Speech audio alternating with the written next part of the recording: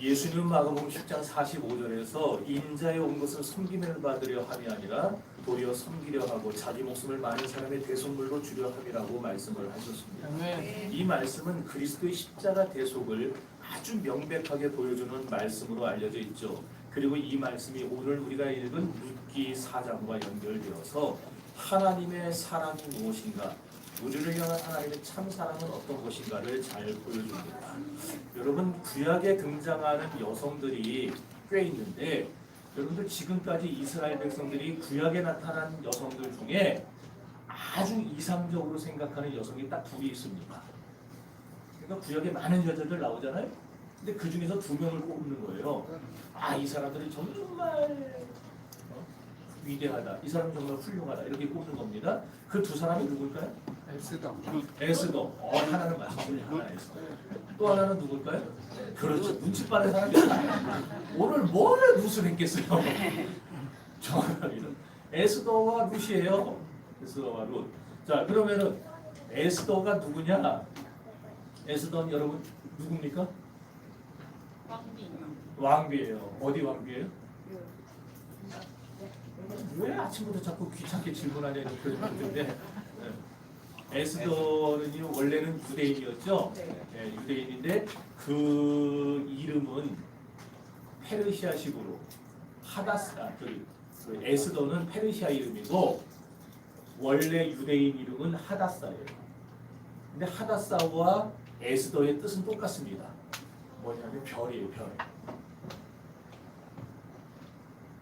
요즘 누구 어떤 방송인의 아내도 별이라고 불리기도 하죠. 이 별. 그러니까 히브리식으로 별이라고 하다사라 불리던 사람이 이 페르시아에 가가지고 거기서 생활하려다 보니까 이름을 바꿔야 되는데 원래 자기가 가진 뜻을 바꾸기 싫으니까 그 별이라는 의미를 가진 에스더로 바꾸게 된 겁니다. 어쨌든 그 조상들이 예루살렘이 멸망할 때 저 바벨론 나라로 다 끌려갔습니다. 그 바벨론에게 멸망을 당하고 훗날 70년이 지나서 이제 바벨론 나라도 페르시아에게 멸망을 당해요. 그래서 고레스 왕이 이 유대인들더러 너희의 고국으로 돌아가도 좋다라고 하는 조서를 내리는데, 근데 무슨 일인지 이 에스더의 부모들은 돌아가지를 않습니다. 그리고 그냥 그 땅에 정착을 해버렸어요. 그렇게 정착을 해서 고레스도 죽고 그 아들 캄비세스도 죽고 그 다음에 또 아수에로라고 하는 왕이 세워지게 됐는데, 이 아수에로에게는 원래 왕비가 하나 있었습니다. 와스디라고 하는 왕비가 있었는데 이 왕비가 그만 왕의 노염을 사게 돼가지고 하루아침에 폐위를 당해요. 자, 그러니까 이제 전국 127도, 우리나라는 8도죠? 8도. 근데 127도니까 얼마나 그 땅이 넓겠습니까? 그 전국 127도에 방을 내려가지고 가장 아름답고 똑똑하고 참 사람들에게 칭찬받는 여자 처녀들을 뽑아 올려놨어요. 그리고 그들을 관리하면서 그들 중에 제일 뛰어난 사람을 10을 뽑습니다. 그리고 그 10명과 이 아수에로 왕이 결혼을 하는 거예요. 그런 다음에 그들을 왕이 다시 찾으면은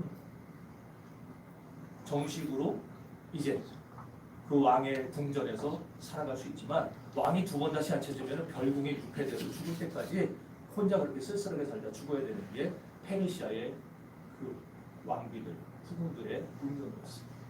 자, 그런데 여러분 뭐 다 아는 얘기니까 그냥 넘어갑시다. 넘어가서 어느 날 왕비가 됐어요. 결국 왕비가 됩니다. 에스더가. 근데 왕비가 돼서 어떤 첩보를 접하게 되느냐면 하만이라고 하는 사람이 있는데, 이 하만은 아말렉의 후손이에요. 그 아말렉 사람의 후손이었던 하만이 모르드게가 자기에게 절을 안 했다는 그 하나 이유 가지고 유대 민족 전체를 몰살시켜버리려고 하는 계략을 세우게 됩니다. 그래서 그걸 알고는 결국 목숨을 걸고 죽으면 죽으리이다 하는 자세로 그가 금식하며 기도하고 결국 유대 민족을 위기 가운데서 건져내죠. 그 일로 인해서 불임절이라고 하는 이스라엘의 절기가 생겨나게 됐고, 그 이후부터 이스라엘 사람들은요 이 에스더를 아주 사랑하며 존경하는 그런 인물로 꼽게 된 겁니다. 그럼 룻은 뭐냐? 룻은 에스더와는 정반대 인물입니다. 에스더는 유대인이었는데 룻은 이방 여자였어요. 거기다가 모압 여자입니다.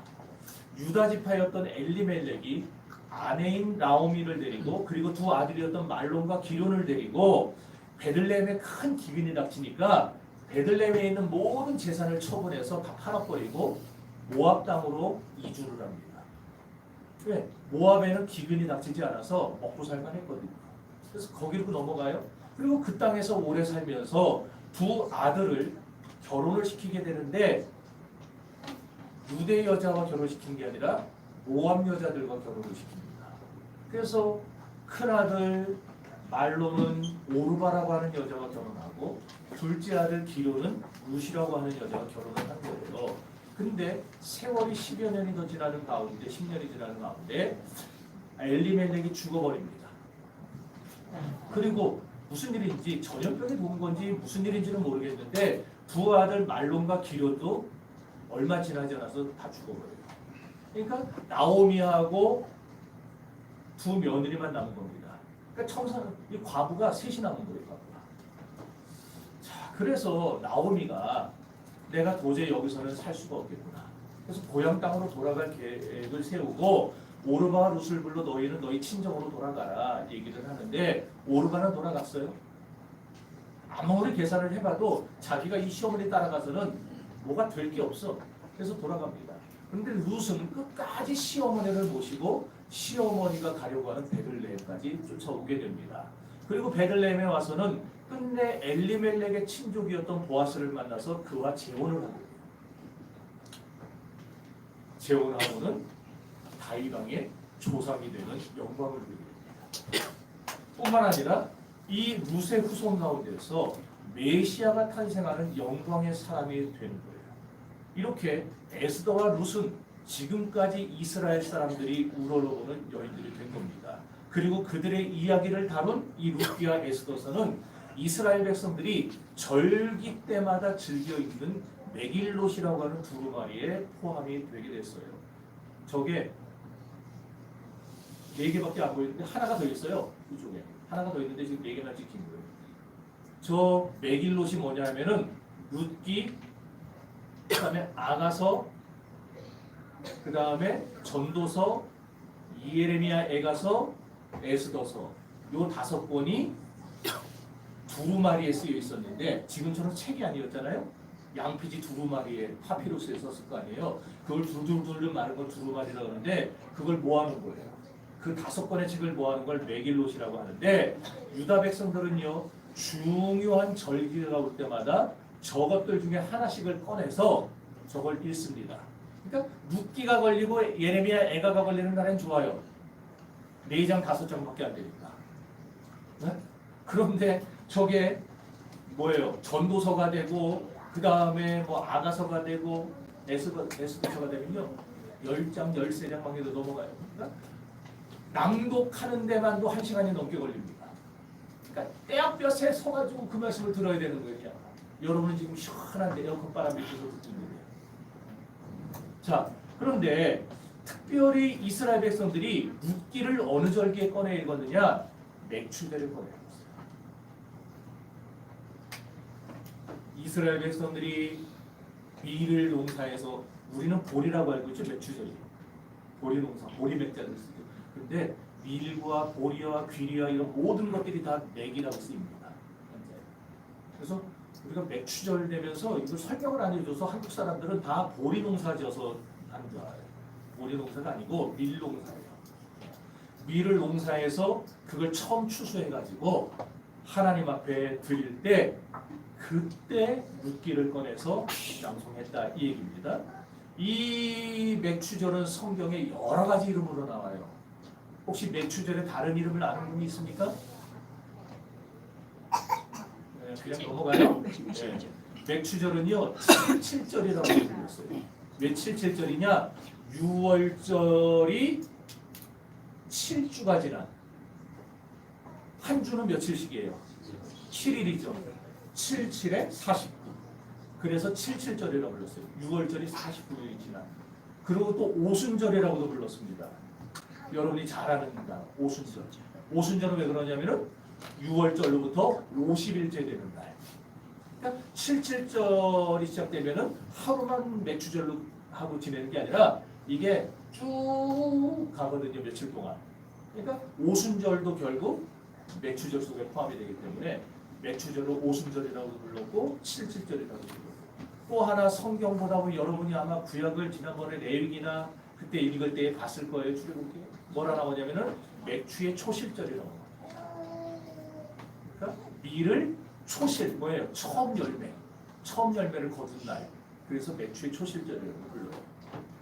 자, 어쨌든 간에 중요한 거는 명칭이 뭐가 됐느냐가 중요한 건 아니고 이런 맥주절에 룻기를 낭송했다는 게 중요한 거예요. 여러분, 룻기에는요 참으로 아름다운 사랑의 이야기가 들어있습니다. 그렇지만 이 내용은 단순히 남녀 간의 사랑을 보여주려는 의도는 아니겠죠. 그럼 룻기가 보아스와 룻의 사랑의 이야기를 통해서 우리에게 진짜 하고 싶은 말은 뭘까요? 남녀 간의 사랑 얘기를 보아스는 그 당시 60이 넘은 노인이었고 룻은요 이제 20이 안 된 사람이에요. 세대 40년의 세대를 뛰어넘는 사람, 세계의 사람, 그걸 보여주려는 걸까요? 뭘 보여주려고 했을까요? 룻기를 통해서 보아스와 룻의 이 지극한 인애의 사랑을 통해서 우리를 향한 하나님의 사랑을 보여주고자 하는 것입니다. 그래서 룻기의 1장부터 4장까지 그 속에 면면이 흐르는 기업무르기라는 제도가 나와요. 히브리 말로는 고엘이라고도 하고, 이 기업무르기를 여러분이 알고 있는 신학적인 단어로 바꾸면 속량, 속죄라는 단어입니다. 영어에서는 비트론이라고 했어요. 자, 그런데 이 기업무르기라는 제도 가운데 가장 대표적인 제도가 하나 있었는데 여러분이 이해가 안 되는 제도일 수도 있어요. 그게 뭐냐면 형사취수라는 제도예요. 형사취수 뭘까요? 형이 죽으면 형수를 취하는 거예요. 형수와 결혼하는 겁니다. 지금 벌써 여러분들은 무슨 그런 말도 안 되는 짓거리를 하느냐 그러는데 우리나라 삼국사기에 보면은 부여하고 고구려에도 형사취수가 있었어요. 네. 그런데 물론 우리 옛날 있었던 그 부여와 고구려의 형사취수와 이스라엘의 형사취수는 좀 결이 다른데 어쨌든지 간에 넘어가서 여러분 김성일 작가라고 혹시 아세요? 이분이 장로님인데 김성일 작가 모르세요? 그리고 홍수이유라고 하는 책은 읽어보셨어요? 홍수이유 왜 안 읽었어요? 저분이 4권짜리 장편 소설을 썼어요. 홍수이유. 지금은 저거 절판에서 나오지 않을 텐데 홍성사에서 나오는 건데 헌책방 가서 한번 사서 읽어보세요. 그냥 4권을 맘먹으면은요 하룻밤에 다 읽습니다. 너무 재밌어서. 저 내용이 뭐냐면 저분이 아주 재밌는 주장을 해요. 저 책에서.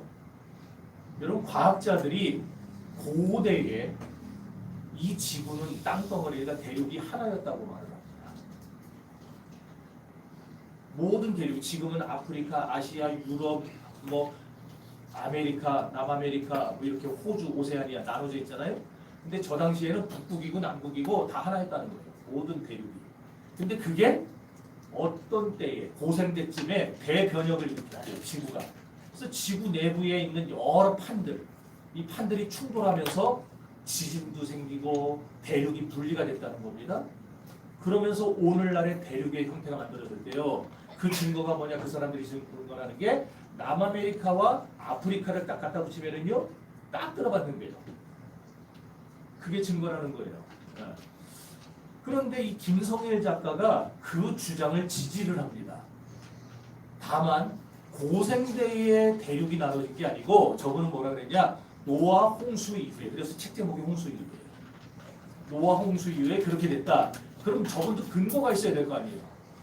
창세기 10장 25절입니다.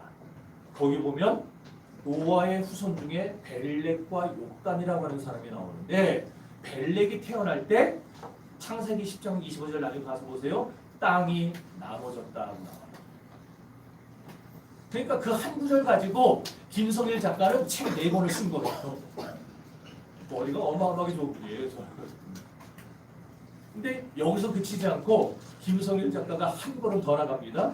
그렇게 땅이 갈라질 때 벨렉의 후손들 중에 이 에덴 동산 근처 셈족이 거주했던 이 유대 땅 근처에 살지 않고 그들이 땅이 갈라지다 보니까 그걸 피해서 동쪽으로 이주하는 무리가 생겨났는데 어디서부터 출발했냐면은 노아의 방주가 머물렀던 아라랏산, 그 아라랏산을 넘어서 동쪽으로 이주를 했다는 거예요. 그때 그들이 바로 한민족의 조상이다 이렇게 얘기를 합니다. 한민족의 조상이고 그들이 그 아라랏산을 넘을 때 불렀던 노래가 아리랑이래요. 그래서 황당해 보이죠? 책 읽어보세요. 어유 저도 오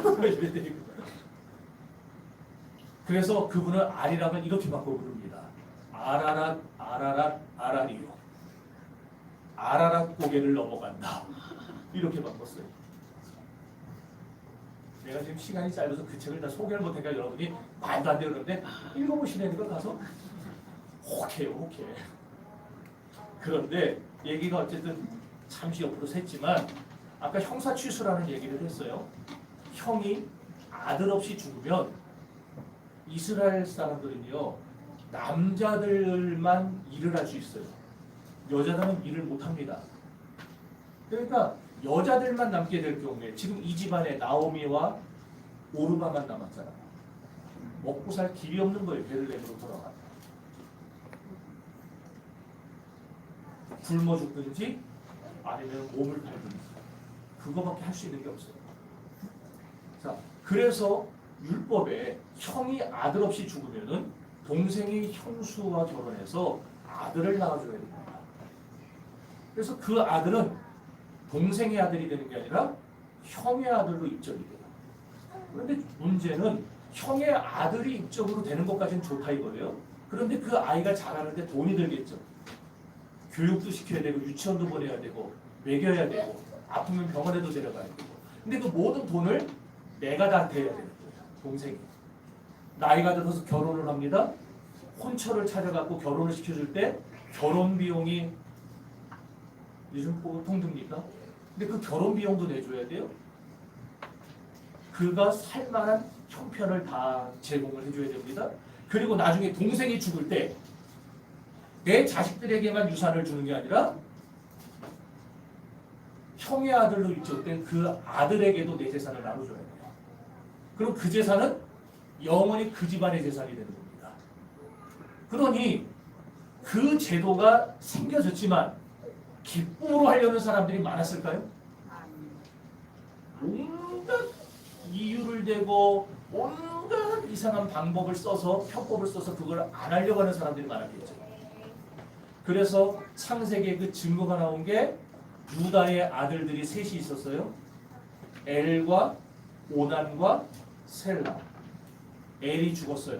아들 없이 죽으니까 다말이 둘째 아들이었던 오난과 결혼을 해요. 그런데 오난이 자기 아들이 아니고 형의 아들이 될 걸 뻔히 하니까 결국 애들 때문에 내가 잘 못해. 넘어갑시다. 넘어가서 어쨌든지 간에 땅에 설정했다 그랬어요. 성경에는. 그러므로 애를 못 낳아요. 그러니까 하나님이 그걸 보시고 유다가 화를 낸 게 아니라 하나님이 놓았어요. 다말을 살게 해줘야 되는데 그 의무를 다하지 않으니까 오난을 하나님이 그날로 죽여버리십니다. 그래서 이제 셀라가 남았어요. 근데 유다가 가만 보니까 엘도 죽고 오난도 죽고 이러다 셀라도 죽겠다. 그래서 이 핑계 저 핑계 되면서 셀라를 안 줘요. 그러니까 나중에 결국 직궤에 지가 넘어가죠. 그래서 유다가 자기 며느리와 하룻밤을 지내고 유다가 그로 말미암아 아들을 낳게 됩니다. 그게 베레스와 세라예요. 자, 그러니까 그 당시에도 룻이 살던 때에도 이렇게 형사 취수를 기쁨으로 감당하려는 사람들은 별로 없었어요. 왜? 나한테 너무 손해가 나니까. 룻기는 바로 그런 속량을 말하고 있는 속량의 책입니다. 아무도 안 하려고 들 때, 누구도 내 재산에 손해가 날까 하여 기업 무르기를 안 하려고 할 때, 보아스는 자기의 모든 걸 내던지고 룻과 결혼해서 그에게 아들을 낳고, 그 아들을 엘리멜렉의 아들인 기론의 아들로 입적시켜서 엘리멜렉의 가문을 세워주고 망해 갔던 그 가문을 다시 일으켜주는 이 역할을 보아스가 하게 됩니다. 바로 그런 속량, 기업 무르기를 말하는 게 룻이라고 합니다. 여러분, 베들레헴에서 룻 나오미가 엘리멜렉과 두 아들을 데리고 나갈 때에는 풍족하게 나갔습니다. 가지고 있던 재산 다 정리해서 나갔으니까 돈이 많았겠죠. 그런데 돌아올 때는, 갈 때는 남편도 있었고 두 아들도 있었고 다 있었지만 돌아올 때는 아무것도 남은 게 없었어요. 남편도 죽고 두 아들도 죽고 그 땅에서 오랫동안 기근이 계속되다 보니까 결국 가지고 왔던 돈도 다 써버렸습니다. 참으로 비참한 신세가 되어 돌아왔습니다. 어느 정도로 비참했느냐? 룻이 밭에서 미리삭을 주워다가 그 미리삭 흙 털고 그거 불려가지고 그걸로 밥 해먹을 정도로 그렇게 비참하게 살았어요. 룻의 이야기도 여러분 대부분 알 테니까 이 정도만 하고 건너뛰읍시다. 어쨌든 우리가 룻기를 통해서 주목해야 봐야 될 건 뭐냐? 룻을 향한 보아스의 인애, 보아스의 사랑, 그리고 그걸 더 뛰어넘어서 더 깊이 들어가서 우리가 뭐까지 봐야 됩니까? 여기 앉아있는 여러분을 향한 우리 하나님의 사랑입니다. 그렇습니다. 룻과 보아스의 속량의 이야기는 우리를 향한 예수 그리스도의 대속의 구원, 거룩한 속죄의 그림자를 보여주고 있습니다. 그래서 여러분 구약에는 두 가지의 속죄의 이야기, 속죄의 그림자가 등장해요. 하나는 제사법입니다. 제사법을 통해 우리의 죄를 사해 주시려는 하나님의 그 사랑을 보여주고, 또 하나는 바로 룻기의 내용입니다. 그러므로 우리는 이런 제사법과 룻과 보아스의 사랑의 이야기를 통해서 속죄가 무엇인가, 속죄자는 어떤 자격이 있어야 하는가, 속죄의 정신을 우리가 깨달아 알아야 하는 것입니다. 여러분, 따라서 이스라엘이 맥추절에 이 룻기를 봉독하고 룻기의 정신을 이어받았던 것처럼 오늘 저와 여러분도 맥추절에 기독교의 속죄관이 무엇인가, 그리고 예수 그리스도는 우리를 속죄할 자로서 어떤 자격을 가지신 분인가, 이런 내용들을 우리가 깊이 생각하며 다루어보는 시간이 되어야 할 줄로 믿습니다. 그래서 우리가 첫 번째로 생각해 봐야 될 것은 속량이라는 것은요, 자발적인 행동해야 된다는 거예요. 룻기 4장 1절에 보면 룻의 가장 가까운 친족은 보아스가 아니었어요. 그래서 보아스가 베들레헴 장로들을 성문 위로다가 다 불러놓고 그 가장 가까운 친족을 데려다가 이렇게 말을 합니다. 당신이 우리 형제 엘리멜렉의 집안을 속량하고 그 가문을 세워주십시오. 처음에는 그 사람도 엘리멜렉의 가문을 속량할 뜻을 품어요. 왜냐하면 보아스의 설명, 가만 보니까 엘리멜렉의 부인이래봐야 나오미 하나거든요. 근데 나오미도 늙었어요. 애를 낳을 가망이 없는 여자입니다. 그러니까 나오미와 결혼을 한다고 해도 나오미가 애를 못 낳기 때문에 자연히 엘리멜렉과 나오미의 재산은 이제 더 이상 상속자가 없기 때문에 내게 될 수 있는 거예요. 그러니까 내가 손해보는 게 아니라 이득이 되는 겁니다. 그래서 이 사람이 흔쾌히 허락을 해요. 승낙을 해요. 좋습니다. 내가 기업을 누리겠습니다. 근데 그런 사람에게 보아스가 또 설명을 합니다. 그런데 나오미에게는요, 룻이라고 하는 며느리가 하나 있습니다. 그러니 당신은 나오미와 결혼을 하는 게 아니라 룻과 결혼을 해야 됩니다. 이 얘기를 듣고 그 사람이 기업을 물을 속량의 기회를 던져보대요. 왜? 룻은 젊거든요. 얼마든지 언제라도 아들을 낳을 수 있습니다. 그러면 아까 얘기한 대로 자기에게는 이만저만한 손해가 아니에요. 돈을 더 벌 수 있는 것도 아니고 돈을 더 까먹는 일인데 하려고 하겠습니까? 그래서 안 한다 그런 거예요. 그래서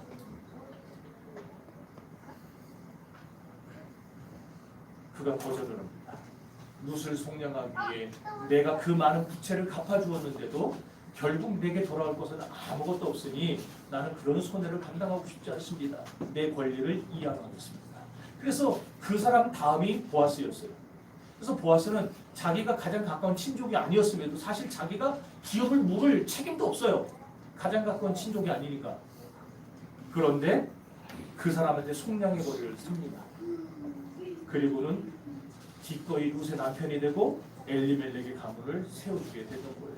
이렇게 구약의 고엘은 강제가 아니었다는 겁니다. 전적으로 자발적이었어요. 얼마든지 거부할 수 있었고 얼마든지 안 할 수도 있었다는 말입니다. 여러분, 사람이 자의적으로 하는 일이 있고 반대로 타의적으로 하는 일이 있어요. 그래서 자의반 타의반이라는 말도 있지 않아요? 원칙이 뭡니까? 내가 절반하고 남이 절반 원해서 한다는 거잖아요. 결국 그건 내가 원해서 하는 게 아니죠. 남이 원하기 때문에 마지못해 하는 거예요. 자의반 타의반. 성도 여러분, 우리가 주의를 할 때 자의적으로 하는 일이 가장 가치 있는 일입니다. 아멘. 자녀들도 부모에게 자발적으로 자의적으로 순종할 때 그 순종이 아름다운 미덕이 될 수 있는 거예요. 만일 타의적으로 순종한다, 여기 있는 여러분이 자발적으로 순종하는 것이 아니라 누군가의 타의에 의해서 여러분이 순종하고 있다면 그건 순종이 아니고 불복입니다. 로마서 5장에 그래서 이렇게 말합니다. 로마서 5장 18절입니다. 그런즉 한 법대로 많은 사람이 정죄를 받는 것이 찬스러운 의기로 말미암아 많은 사람이 구속다 죽거나 생명에 이르렀느니라. 많은 사람이 죄인된 것 같이 한 사람이 걱정하심으로 많은 사람이 의인이 되었다. 아담 한 사람의 불순종 때문에 이 땅에 죄가 들어왔습니다. 반대로 그리스도 한 분의 순종 때문에 우리가 그 모든 죄악 가운데서 구원을 하게 되었습니다. 아멘. 이때 그리스도의 순종은 타의적일까요? 자발적일까요? 하나님이 너 가라, 네가 십자가 져라 그래서 가는 타의적일까요? 우리를 사랑하사. 아멘. 그래서 요한복음 3장 16절 말하죠. 하나님이 이처럼 우리를 사랑하사 아멘. 독생자를 주셨습니다. 주님은 자발적으로 순종하셨어요. 자발적으로 순종하셨기에 그 속량이 값어치가 있는 것이고 그 속량이 완전한 의의를 가질 수 있게 된 겁니다. 또 우리 중에도 봉사하시는 분들이 있죠. 성가대도 일종의 봉사죠. 찬양단도 봉사고. 이렇게 봉사하는 분들, 자발적인 봉사가 될 때 그 봉사가 가치가 있는 겁니다. 그렇지 않겠어요? 시켜서 한다면, 억지로 한다면은 만약 누가 강요해서 봉사한다, 그거는요 노동입니다. 아름다운 봉사라고 할 수 없어요. 사랑의 도리 또한 마찬가지입니다. 우리가 사랑도 누가 시켜서 억지로 한다? 사랑입니까? 옛날에 그런 거 많았죠. 부모님이 혼처 다 정해놓고 잠만 말고 결혼해. 그러면 어쩔 수 없이 결혼하는 거 많았잖아요. 이거 사랑이 아닙니다. 사랑. 자의적으로 사랑할 때 비로소 그 사람이 참 사랑이 될 수 있는 겁니다. 그러니 여러분이 서로 형제와 자매를 사랑하는 것도 누군가 시켜서 사랑하게 되면요 그 사랑은 오래가지 못해요. 물론 말로는 사랑합니다 하죠. 형제를 사랑합니다. 자매를 사랑합니다. 눈만 뜨면 사랑합니다 하죠. 그러나 자발적이 되지 않은 사랑은 언젠가 시간이 가면서 퇴색할 수밖에 없고 그게 부담될 수밖에 없습니다. 그래서 이와 같이 룻을 향한 보아스의 사랑, 보아스가 룻을 속량한 것은 타의적이 아니라 자발적이었고 자의적인 행동, 자발적인 행동이었다는 것이죠. 보아스는 이렇게 룻을 속량했습니다. 자원해서 속량했습니다. 이런 보아스의 속량은 예수 그리스도께서 우리를 속량하실 때 자의적으로, 자발적으로 속량하셨다는 사실을 상징적으로 보여주는 중요한 사건입니다. 두 번째로 속량은 자의적일 뿐만 아니라 능력적인 속량이 되어야 됩니다. 그러니까 보아스에게는요 룻을 자발적으로 속량하려는 마음도 있었고 아울러 보아스에게는 충분히 룻을 속량할 만한 능력도 있었다는 거예요. 이게 중요한 말입니다. 의지와 능력, 이 두 가지가 속량의 2대 요소예요. 그러니까 의지는 있어요. 내가 해야지, 내가 해줘야지, 나는 해야 되라는 의지는 있는데 능력이 딸려요. 그러면은 속량 못합니다. 해줄 능력이 없잖아요. 아니 나도 찢어지게 가난한데 룻까지 데려다가 어떻게 먹여 살리겠어요? 반대로 능력은 넘쳐나요. 잘 살아요. 부자예요. 그런데 아까 첫 번째 기업 물을 사람처럼 내 기업에 내 재산에 손해가 있을 것 같아서 나는 안 하겠다. 의지가 없어요. 그러면 성령 못하는 거예요. 이렇게 성령에는 의지도 있어야 되고 그리고 능력도 있어야 성령이 가능하다는 말입니다. 그런데 보아스에게는 이 둘이 다 있었어요. 룻을 속량하고자 하는 의지도 있었고 속량한 룻을 먹이고 그를 세워주고 나오미의 망해버린 가문을 다시 일으켜줄 능력도 가지고 있었다는 거죠. 왜? 보아스는 베들레헴 최고의 부자였습니다. 비록 엘리멜렉이 많은 부채를 지고 죽었지만 또 가지고 있던 땅도 다 팔았지만은 보아스에게는 하등의 문제는 없었어요. 얼마든지 룻의 부채를 다 갚아주고 넉넉히 사주고 다시 나오미의 집안을 일으켜줄 수 있는 의지도 능력도 보아스에게 있었던 겁니다. 그래서 속량이라는 것은요, 능력 없는 자가 희생하는 걸 속량이라고 안 합니다.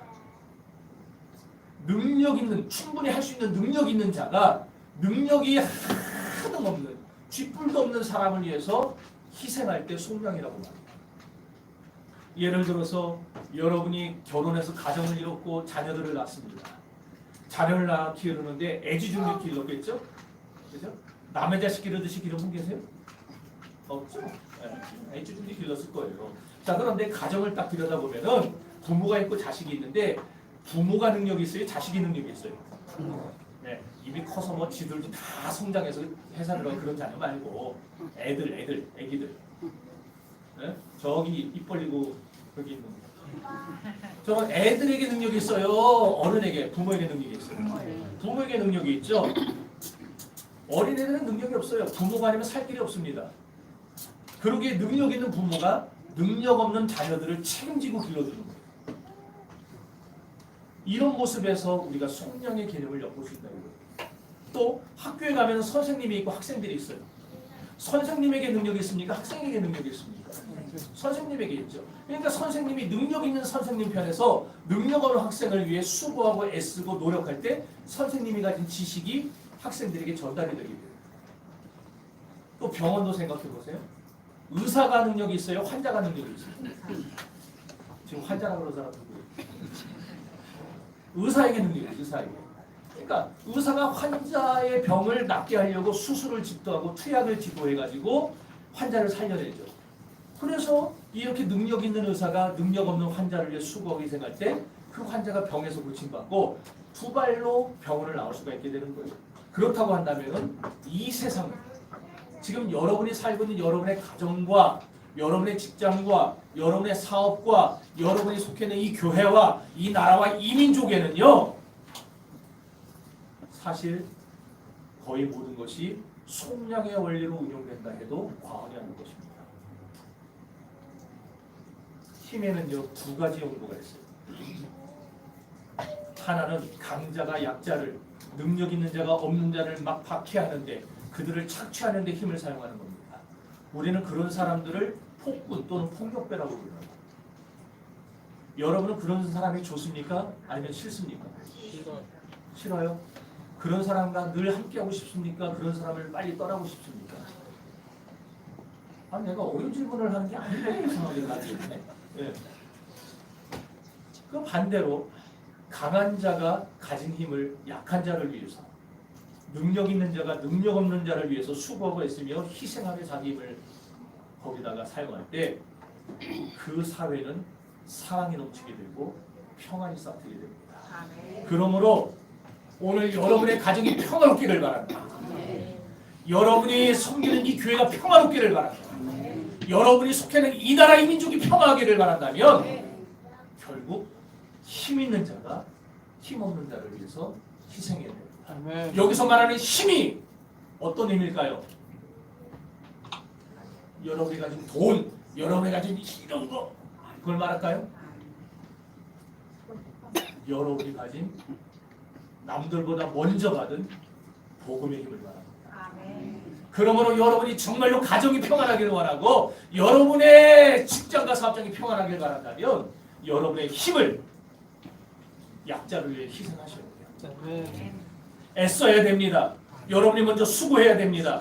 소망 없이 사는 자들에게 힘없이 사는 약자들에게, 그저 하루하루 될 대로 살아가는 자들에게, 영생의 삶을 알지 못하는 자들에게 여러분이 찾아가서 보아스가 룻을 사랑하고 그에게 자기 모든 것을 다 내놓아서 그의 가문을 살려놨던 것 같이, 여러분도 여러분 주변에 있는 영생을 모르는 자들에게 주님의 인애와 사랑을 가르쳐 줘야 됩니다. 아멘. 그리고 그것을 그들에게 전해주고 희생해야 됩니다. 아멘.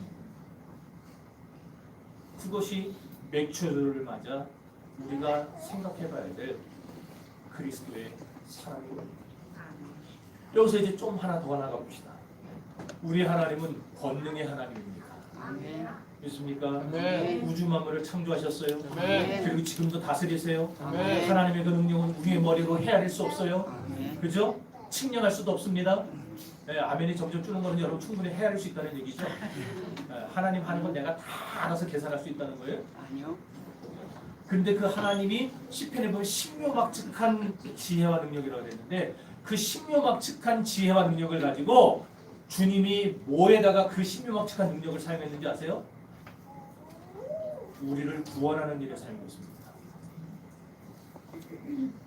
이 세상을 통치하고 다스리고 하는 일에 그 능력을 쏟아서 사용한 게 아니라 그런 것들은 그냥 술술 해나가시고, 하나님 정의는 법칙대로 흘러가게 해놓으시고, 하나님이 모든 힘을 쏟아서 그 신묘막측한 능력으로 행하신 일은 바로 저와 여러분의 구원입니다. 아멘. 그래서 이사야 선지자는 이사야 1장 18절에서 이렇게 말합니다. 여호와께서 말씀하시되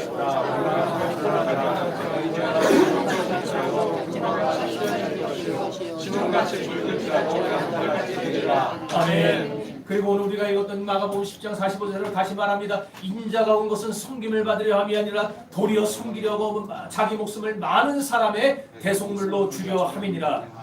이렇게 능력 많으신 주님이 저와 여러분을 위해, 그 강한 주님이 능력 없는 저와 여러분을 위해 자신의 모든 것을 다 바쳐 희생하신 거예요.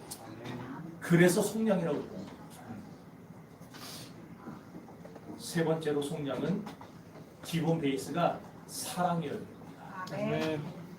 보아스는 자발적으로 그리고 능력을 가지고 룻을 속량했을 뿐만 아니라 그 능력을 사랑이라는 베이스 위에서 실천했어요. 룻기에는 이렇게 아름다운 사랑의 이야기가 가득합니다. 룻은 유대민족을 사랑했어요. 나이 많은 시어머니를 사랑했습니다. 내가 어머니를 떠나지 않으면 어머니의 백성을 떠나지 않겠습니다. 내가 만약 어머니를 떠나고 어머니의 백성을 떠나면 여호와께서, 어머니가 섬기시는 여호와께서 내게 벌 위에 벌을 내리시기를 바랍니다. 룻은 시어머니를 사랑했고 그리고 유다 백성을 사랑했어요.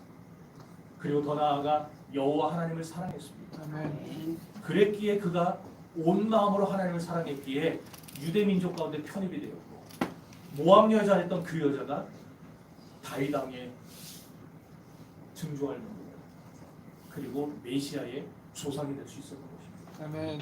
그러므로 이방의 갈릴리에 살았던 저와 여러분, 흑암이 가득했던 예수를 모르던 세상에 살았던 저와 여러분들, 그 하나님의 사랑으로 오늘 우리가 광명을 찾게 되었고 주님의 나라에 들어가게 되었습니다. 아멘. 그렇다면 룻을 보세요.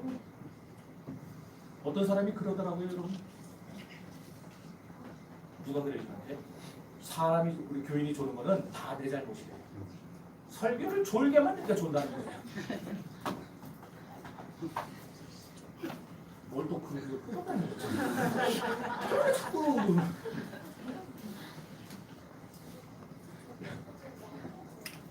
아니 참. 어떤 사람이 그래요. 룻이 절세 미인이어서 보아스가 60 넘은 할아버지가 주책맞게 룻과 결혼하려고 들었다고. 여러분, 룻이 미인이었을까요? 에스더는 절세 미인이었다는 건 내가 인정을 합니다. 왜냐하면 127도에서 예쁜 여자 뽑아 올려라 그랬잖아요.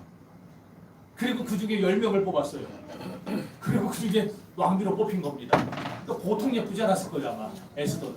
어마어마하게 예뻤을 거예요. 근데 룻에 대해서는요, 그런 구절이 하나도 안 나와요.